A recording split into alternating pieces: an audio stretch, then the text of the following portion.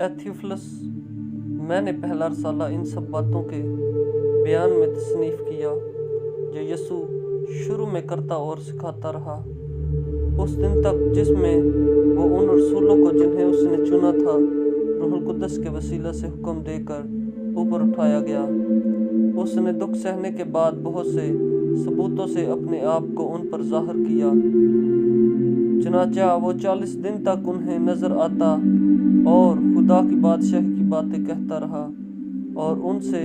مل کر ان کو حکم دیا کہ یروشلم سے باہر نہ جاؤ بلکہ باپ کے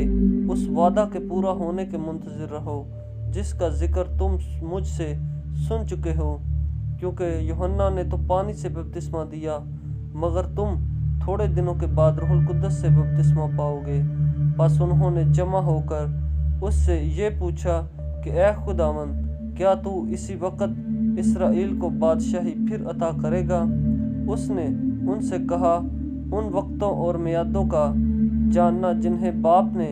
اپنے ہی اختیار میں رکھا ہے تمہارا کام نہیں، لیکن جب روح القدس تم پر نازل ہوگا تو تم قوت پاؤ گے اور یروشلم اور تمام یہودیہ اور سامریہ میں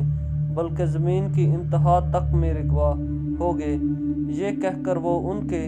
دیکھتے دیکھتے اوپر اٹھا لیا گیا اور بدلی نے اسے ان کی نظر سے چھپا لیا۔ اور اس کے جاتے وقت جب وہ آسمان کی طرف غور سے دیکھ رہے تھے تو دیکھو وہ مرد سفید پوشاک پہنے ان کے پاس آ کھڑے ہوئے اور کہنے لگے، اے گلیلی مردو، تم کیوں کھڑے آسمان کی طرف دیکھتے ہو؟ یہی یسوع جو تمہارے پاس سے آسمان پر اٹھایا گیا ہے اسی طرح پھر آئے گا جس طرح تم نے اسے آسمان پر جاتے دیکھا ہے۔ تب وہ اس پہاڑ سے جو زیتون کا کہلاتا ہے اور یروشلم کے نزدیک سبت کی منزل کے فاصلہ پر ہے یروشلم کو پھرے،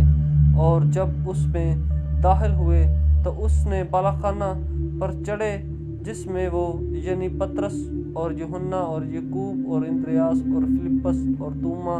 اور برتمائی اور متی اور حلفی کا بیٹا یعقوب، شمعون زلیوتیس اور یعقوب کا بیٹا یہودا رہتے تھے۔ یہ سب کے سب چند عورتوں اور یسوع کی ماں مریم اور اس کے بھائیوں کے ساتھ ایک دل ہو کر دعا میں مشغول رہے۔ آمین۔